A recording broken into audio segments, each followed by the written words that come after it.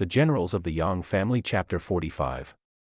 We're stepping into a period of supposed peace during the Song dynasty. Right, the border wars have ostensibly quieted down. Exactly, and the imperial court is heavily invested in this narrative of stability. But this peace is paper thin. It is an administrative fiction built on the nervous systems of hypervigilant, exhausted generals. They're completely burned out. Utterly. The entire military structure has been stretched to a psychological breaking point. And the text brilliantly illustrates that a system running on chronic stress does not peacefully transition into peacetime. It shatters. It shatters, and the unraveling of this fragile peace begins far from the border. It starts in the dead of night with a severe disruption of the spiritual boundary. Right. So we start with General Yang Liulang, also known as Yang Yanzhao. He's restless, and the narrative places us specifically at the third watch of the night.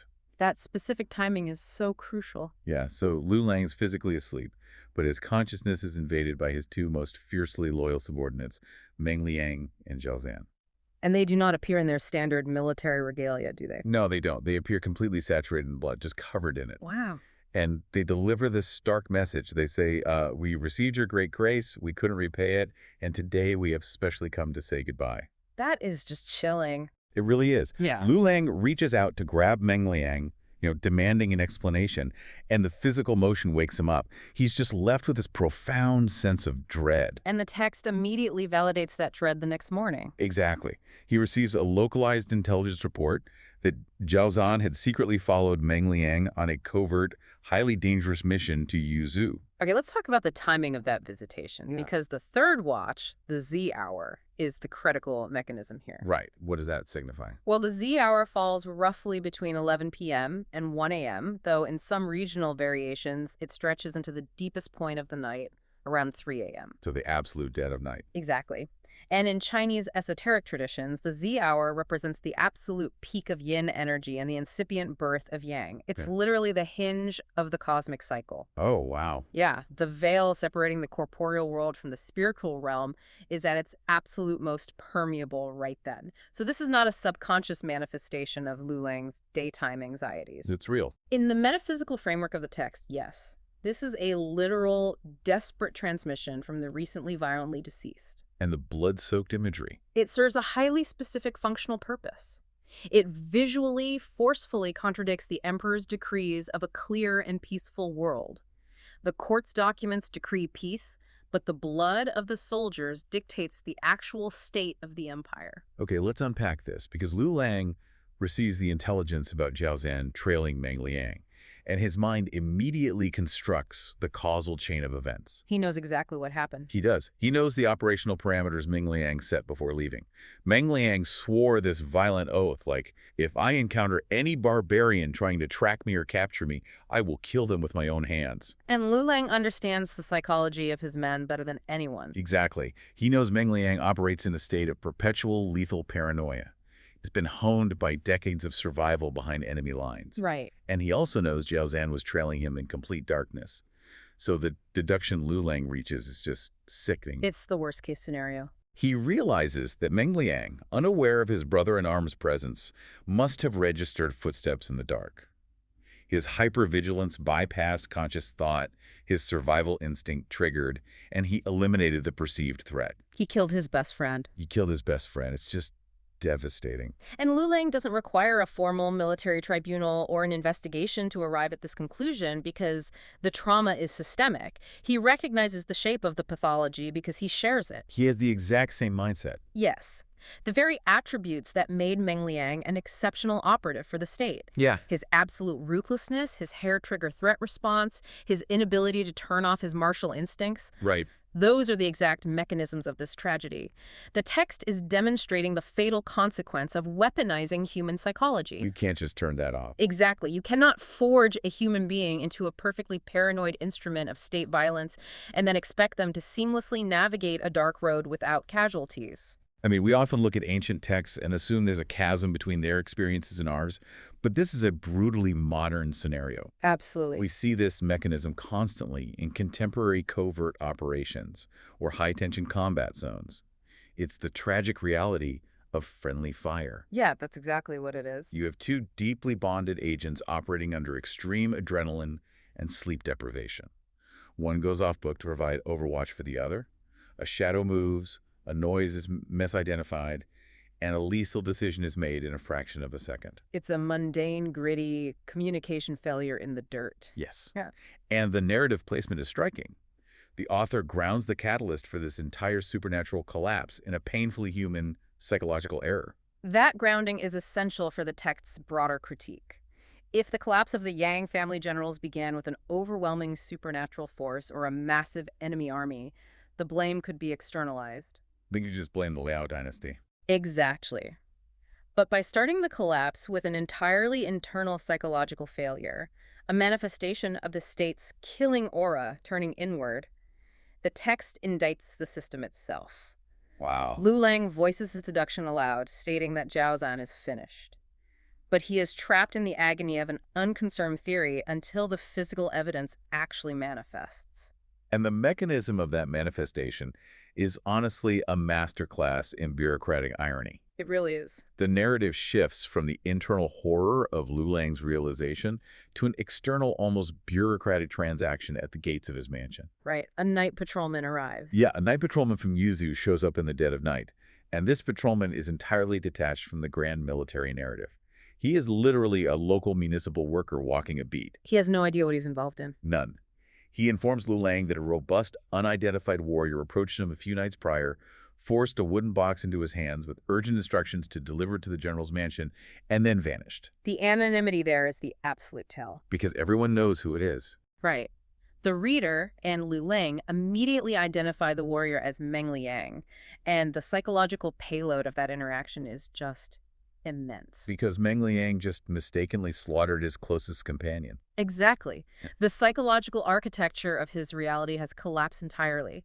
Yet the conditioning of the military state is so absolute that he prioritizes the mission objective over his own unraveling sanity. That is so dark. He completes the extraction, secures the asset, and initiates the delivery chain before presumably walking out into the wilderness to die. And the asset in that wooden box is the ultimate prize within the Yang family lore, right? It's the recovered bones of the patriarch, Commander Yang, also known as Liang. Yes. So Meng Liang successfully infiltrated Yuzhou and extracted the foundational relic of their lineage. Liulang is suddenly staring at the sacred remains of his father. The mission is an unqualified success. But at what cost? Exactly. And Liulang's response is to just hand the patrolman 10 taels of silver. The specificity of the 10 taels is a crucial detail here. Why is that? Well, in the economic context of the era, 10 taels of silver is a massive, life-altering sum for a municipal patrolman. It could represent years of wages. Wow. But within the spiritual economy of the narrative, it highlights the profound disjunction between the sacred and the profane. Liulang is attempting to apply a quantifiable earthly transaction to an item of immeasurable metaphysical weight. Right. The patrolman just trudged through the freezing night, annoyed by some erratic stranger, completely oblivious to the fact that he was carrying the spiritual anchor of the Empire's greatest military family. He essentially performed a gig economy delivery for a holy relic. That is a crazy way to put it, but it's so accurate. The transaction feels almost desperate on Liulang's part, you know? Like an attempt to impose order through commerce onto an increasingly chaotic reality. He's grasping for control. He really is. Then the scouts return and confirm the physical reality of Liulang's deduction. The bodies of Meng Liang and Jiao Zhan have been located. And how are they found? They were found exposed outside the walls of Yuzhou, hastily buried in shallow sand. The contrast between the monumental success of the mission and the pathetic indignity of their physical end is staggering. The shallow grave of sand is the ultimate physical manifestation of the state's regard for its instrument. They're just disposable. Exactly. Meng Liang and Jiao Zhan secured the borders. They executed the most sensitive covert operations. Yet, in the end, they do not receive the mythological send-off of heroes. Right. They receive the rapid, crude disposal of compromised assets in hostile territory. The reality of war is the shallow sand grave. The mythology of war is what the emperor attempts to construct immediately afterward. Right, because the intelligence reaches Emperor Zhenzong in the capital. And his response is a textbook example of a state apparatus attempting to control a narrative that threatens its foundational mythology. It's all about spin. Completely. The emperor issues a decree posthumously elevating Meng Liang and Jiao Zhan to the rank of Marquis of Loyalty and Sincerity and mandates the construction of grand royal tombs. You really have to view this not as an act of mourning, but as a defensive political maneuver. How so? Well, the state relies on the illusion of organized, purposeful sacrifice to maintain morale and control. Yeah. Two of the highest-ranking operatives butchering each other in the dark due to trauma-induced paranoia directly contradicts the narrative of glorious service to the throne. This is terrible for the administration. Exactly. By bestowing the title Marquis of Loyalty and Sincerity, the emperor is performing bureaucratic alchemy. He is utilizing the power of state decree to forcibly transmute a senseless, chaotic tragedy into a narrative of noble, ordered sacrifice. The royal tombs are architectural lies. Yes, they're designed to cover up the shallow sand graves. It is an attempt to rewrite the causality of their deaths. But the emperor's narrative control ends at the borders of Liulang's consciousness. Liulang knows the truth. He does. Liulang possesses the patriarch's bones. The highest dictate of Confucian filial piety has been achieved. The patriarch has been returned to the ancestral soil. But he doesn't celebrate. No. He does not acknowledge the emperor's posthumous titles. The text explicitly states that he descends into a profound depression, withdraws entirely from his military duties, and locks the doors of his mansion. Is this essentially the ancient equivalent of survivor's guilt? That's exactly what I was thinking. I mean, Liulang's withdrawal is a recognition of the fatal mathematics of the empire. He's experiencing an acute form of survivor's guilt, compounded by the intense isolation inherent in high command. The mission succeeded, but the collateral damage was the destruction of the very men who actually executed it. The Confucian ideal of filial piety was achieved, but at the cost of the martial brotherhood. Liulang understands that the state's demands are fundamentally irreconcilable with human survival. His depression is a total cognitive collapse.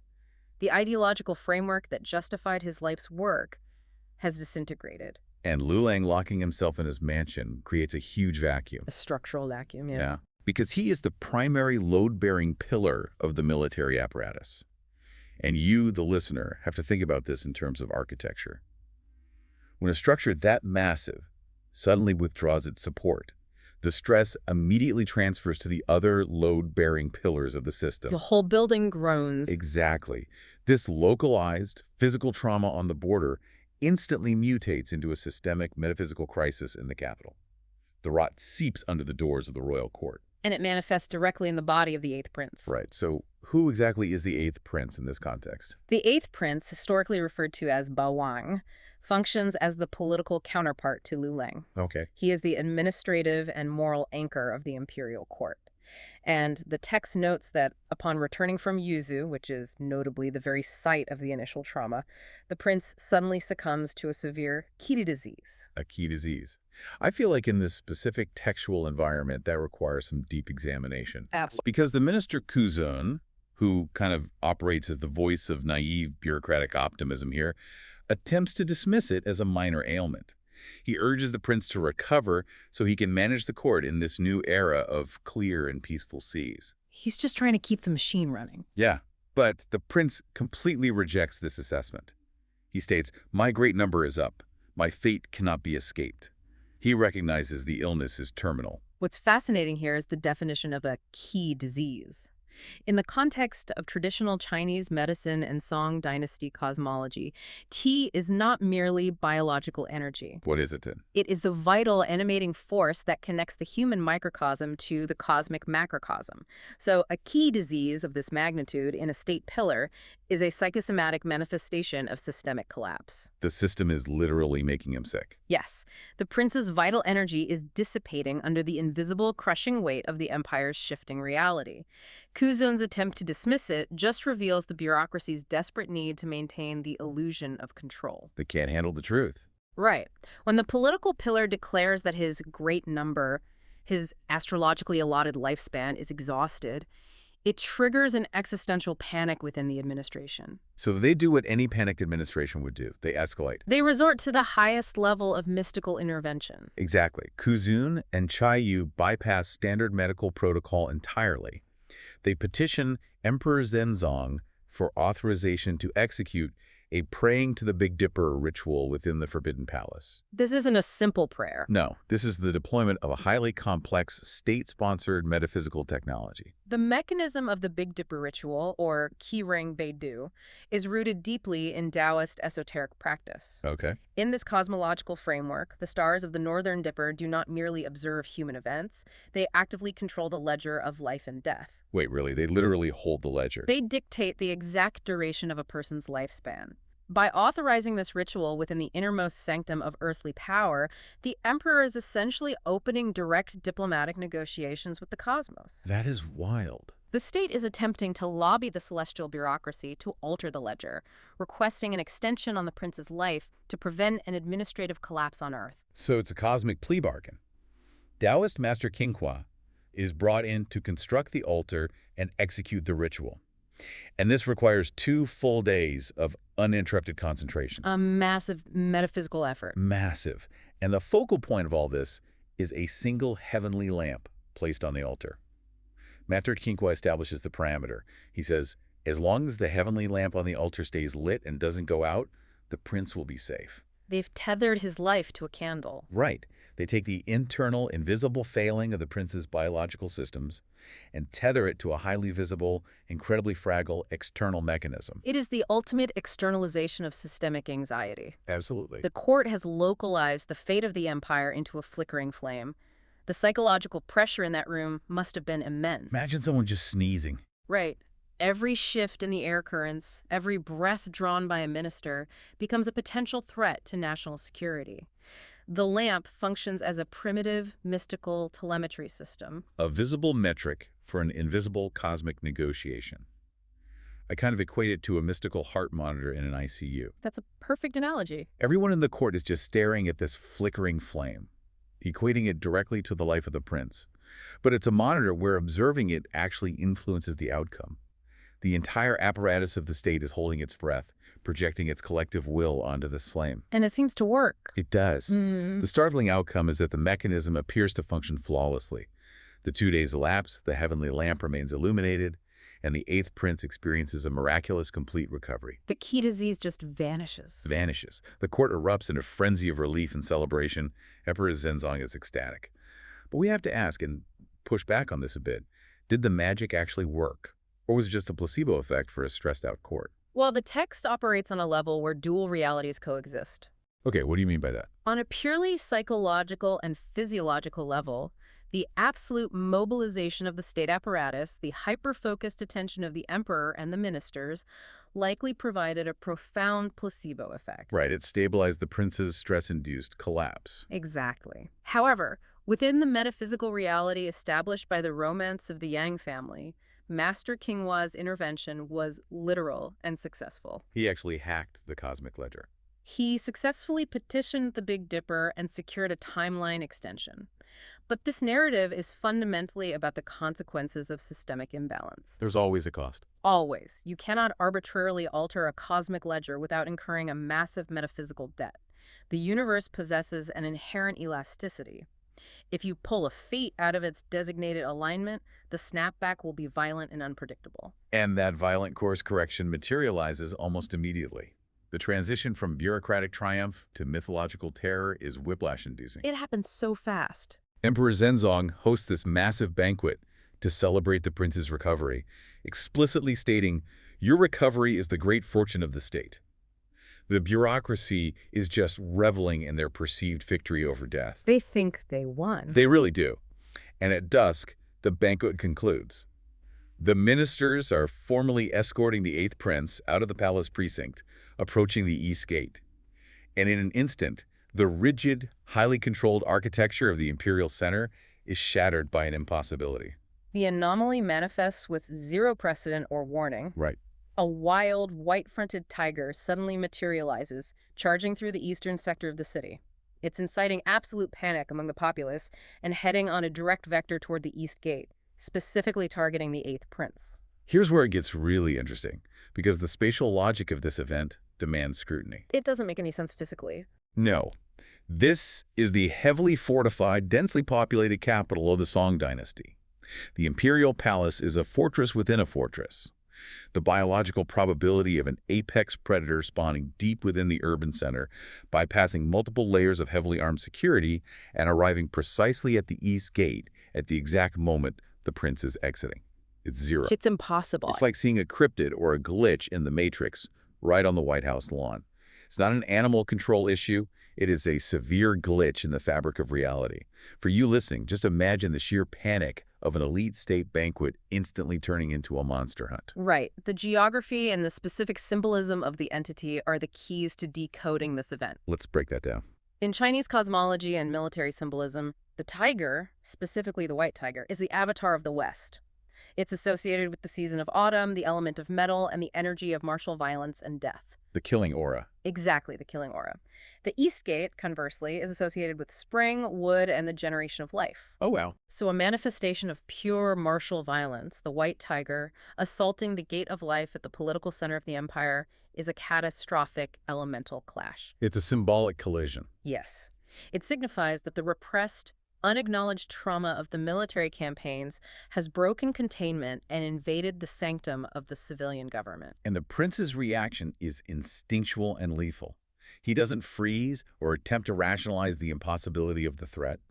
The martial conditioning of the era overrides his recent convalescence. He acts immediately. He demands a carved bow, draws an arrow, and as this avatar of violence charges him, he executes a flawless shot. The arrow impacts the tiger squarely in the neck. Which is incredible for a guy who was dying 2 days ago. Astonishing physical execution. But the outcome of the impact defies biological expectations. A kinetic strike of that magnitude to the cervical spine should instantly drop a biological organism. It should be dead on the spot. But it isn't.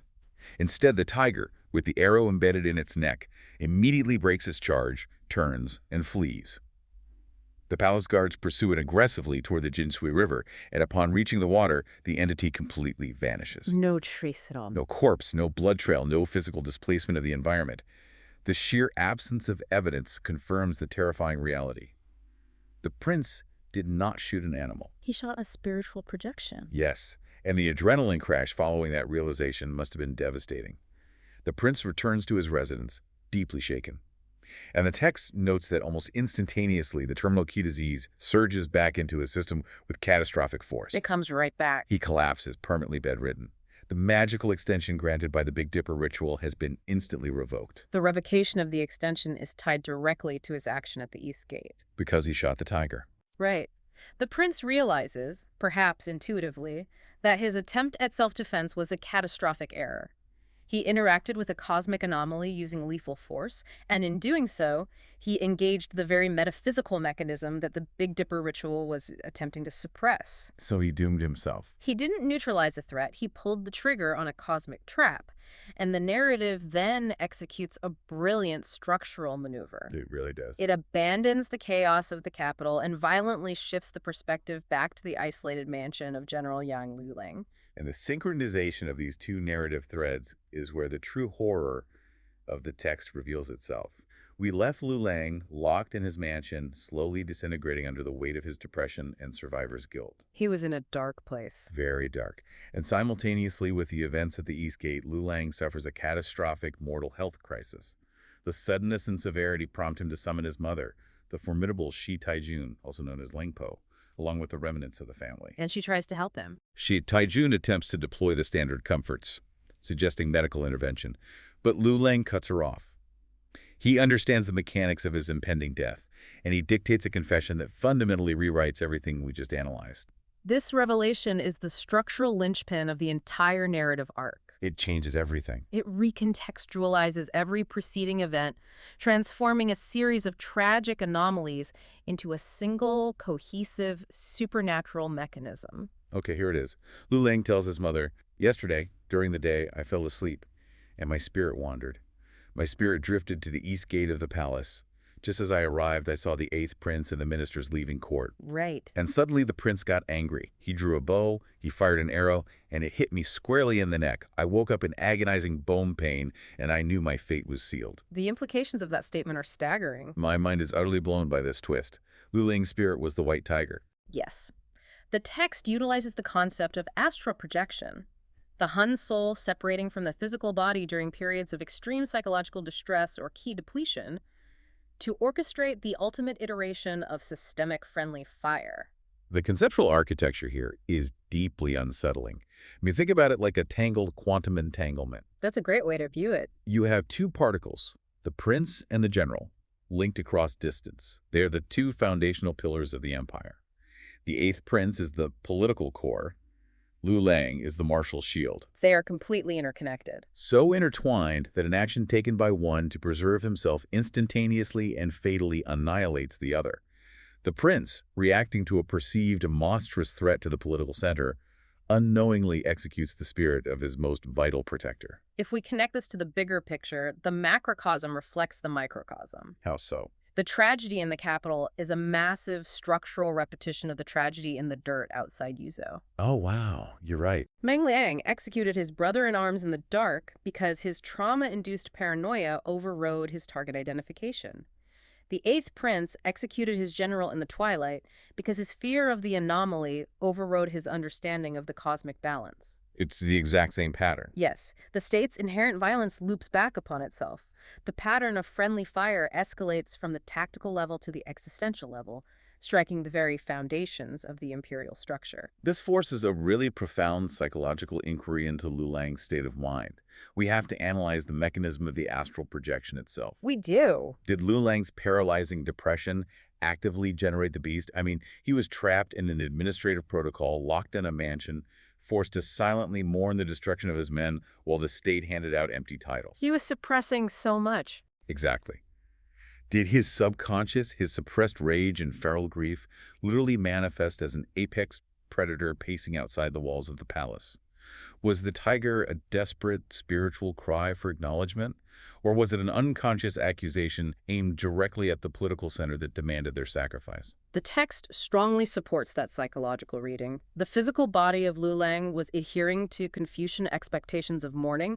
He was confined and passive. Right, doing what he was supposed to do. But his Hun soul, untethered by his collapsing Kai, was completely feral. It manifested as the white tiger, the ultimate symbol of the martial violence that the state relied upon but refused to truly acknowledge. The trauma broke containment. Exactly. The trauma of the military broke through the metaphysical barrier, invading the pristine political sphere, essentially demanding to be recognized. And what does the political sphere do? Its immediate, instinctual response was to deploy lethal force against it. The state cannot tolerate the raw, unvarnished manifestation of its own violence. That is a chilling indictment. The political center shoots the trauma it created. It's brutal. Liulang recognizes the finality of the sequence. He doesn't request a Big Dipper ritual. He understands that the ledger is closed. He utilizes his final moments to transmit crucial intelligence to his lineage. He speaks to his son. Yeah, he addresses his son, Zongbao, and specifically instructs him to remember an astrological prophecy delivered earlier by Uncle Yonde. The nation's killing aura is not yet removed. Uncle Yonde's prophecy regarding the killing aura, or Shaqi, serves as the thesis statement for the systemic collapse we are witnessing. How does it fit in? Well, Emperor Zhenzong's entire administrative apparatus is built on the declaration that the 4 C's are clear and peaceful. The emperor legislated peace. Right, he just put it on paper. But the astrological and metaphysical reality, the underlying data layer accessed by Yonde, indicates that the Shaqi, the concentrated malignant energy generated by decades of warfare, remains heavily concentrated over the nation. The peace is a lie. The emperor's peace is an administrative fiction overlaying a highly volatile, energetic reality. The crucial realization here is that the Shaqi is no longer localized to the borders. It's not emanating from the Liao dynasty or external hostiles anymore. It has permeated the interior. It's inside the house. The aura is bouncing around inside the containment vessel of the empire, infecting the host organisms. The Shaqi caused Meng Liang to slaughter Jiao Zan. The Shaqi caused the 8th prince to execute Liulang. It's turning them on each other. Exactly. The violent energy, lacking an external target, is systematically dismantling the state from the inside out. Liulang instructs his son to remain loyal despite this reality, which is honestly a devastating testament to his conditioning. He can't break the programming. No, he can't. He then addresses his 4th brother, Yanlang, instructing him to care for their mother, and he highlights a fascinating anomaly. He states, "Among all the brothers, only you are blessed with a long life." The survival of Liang provides the control group for the text's central hypothesis. Okay, break that down for us. Why does Liang achieve longevity while his brothers are systematically ground down by violent ends or mysterious stress-induced illnesses? Because he got out. Exactly, because Liang, within the broader context of the lore, had previously been severed from the core military apparatus. Through capture and subsequent integration with the enemy, he stepped entirely outside the relentless consuming machine of the Song dynasty's martial expectations. So he inadvertently saved himself. Yes, by physically and administratively removing himself from the epicenter of the capital's Shaki, he accidentally inoculated himself against the systemic collapse. The text quietly, subversively posits that dedicated service to this specific imperial structure is functionally a terminal diagnosis. To function as a pillar of the state is to guarantee your own destruction. That's the tragic irony. Liulang succumbs to the spiritual wound and dies at the age of 48. 48. He is at the absolute apex of his strategic and intellectual capacity, and he is simply erased from the board. It's such a waste of brilliance. And the text inserts a specific poem to lament his passing, and the language used is highly intentional. It reads, "Generously returning to the court, his wishes fulfilled, the general rightfully receives the title of Marquis.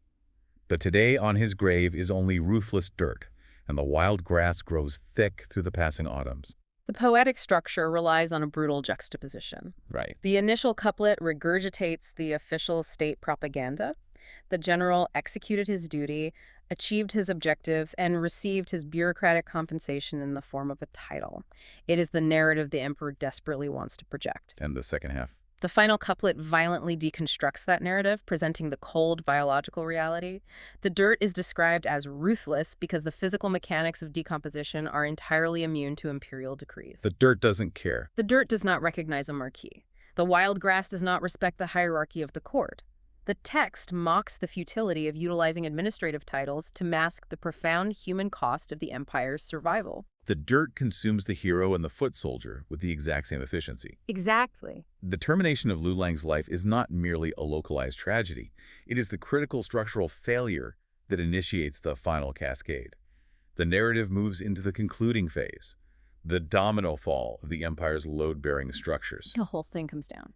The intelligence of Liulang's death propagates through the capital. The text emphasizes that the grief is absolute and systemic, extending from the highest military echelons down to the commoners in the street. The collective grief is an instinctual recognition of vulnerability. The population isn't solely mourning the individual. They are mourning the evaporation of their security apparatus. Their shield is gone. The shield that absorbed the Shaki for decades has shattered. And the psychological impact on Emperor Zhenzong is profound. The illusion of his administrative control just shatters. In a moment of terrifying clarity, he despairs, crying out, "Heaven doesn't want me to achieve peace. It makes my pillars break first." The emperor's articulation of the pillars breaking is the moment the text exposes the core fragility of autocratic power. It's a huge admission. It is. The emperor realizes that the entire architecture of his state, the decrees, the posthumous titles, the royal tombs, even the highly classified Taoist rituals, possesses zero inherent structural integrity. It's all built on people. Exactly. The power of the state is entirely dependent on the physical and psychological endurance of the human beings holding it up. The emperor attempted to manage a profound metaphysical crisis using paperwork and placebo magic. But it wasn't enough. No. Yeah. Because when the actual human infrastructure, Liulang and the prince, collapses under the accumulated stress, the entire administrative edifice caves in. The speed of the subsequent collapse is just staggering. The 8th prince is confined to his bed, his Kern's care completely depleted by the return of the illness following the incident at the East Gate. He's already on the brink. Right.